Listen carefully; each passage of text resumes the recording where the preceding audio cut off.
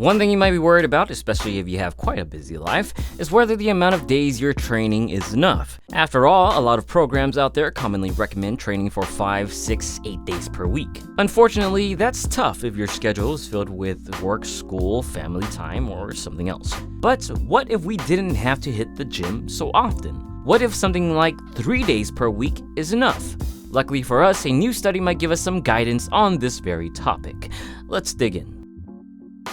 In the study, published in the Journal of Strength and Conditioning Research, researchers wondered whether 3 days of training per week was enough compared to training for 6 days. To find out, for 6 weeks, they assigned one group of resistance-trained men to train for 3 days per week, and another group, as you would guess, trained for 6 days per week. To keep things on a leveled playing field, the same exercises were performed and training volume was equated in both groups. All exercises were performed for 6 to 12 reps to muscular failure. Strength gains, muscle growth, and muscle endurance were all measured. Now let's get straight to the results.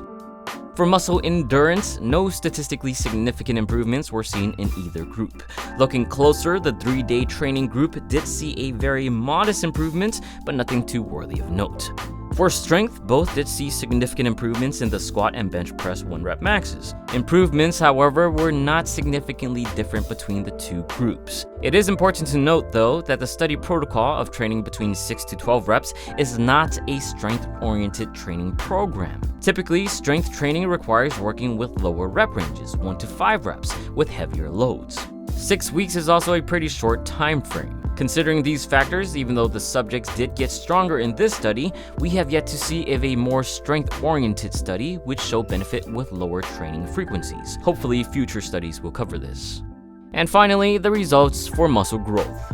In areas where muscle thickness was measured, there were no significant differences in muscle growth between the two groups in all 4 sites measured, except one, the elbow flexors. Training 3 days per week was able to achieve a statistically significant increase in muscle size for the elbow flexors. The 6-day training, on the other hand, did not see significant improvements, suggesting that 3 days of training is better. The reason for this discrepancy is not entirely clear. The researchers chalked it up to heavier engagement of the elbow flexors with 6 days of training. This continuous overlap of activation might have led to more fatigue, which negatively impacted recovery. Of course, training only 3 days would allow for more recovery time throughout the week. Now, taking all the results into consideration, is training 3 days per week enough compared to 6 days? According to this study, yes, and in some cases, it might actually be better, especially in terms of recovery. Do note, though, that this study specifically applies to resistance-trained men. For beginners, I'd wager that 3 days would still be enough, if not also better than 6 days. Beginners can always use more recovery, at least until they're more conditioned for higher frequencies. Same goes for older folks, recovery is definitely imperative. For women, it's a little bit harder to say, but with research suggesting that women can recover somewhat faster from training relative to men, higher frequency training might actually be better, at least on paper. Now, of course, there might arise a few questions about this study's design. Perhaps the biggest question is, since volume was equated, could the 6-day training group have done more? It's a valid question, but let's actually take a closer look at the training protocol. For 6 days, the subjects performed 7 different exercises each day for 2 sets, all while only resting for 1 day each week. On top of that, they took those 2 sets to failure. Such a program is not exactly a walk in the park. Doing any more would very likely lead to even more recovery issues, which leads to more stress, which very likely leads to giving up. So in turn, I think the amount of work they did was at a pretty good place.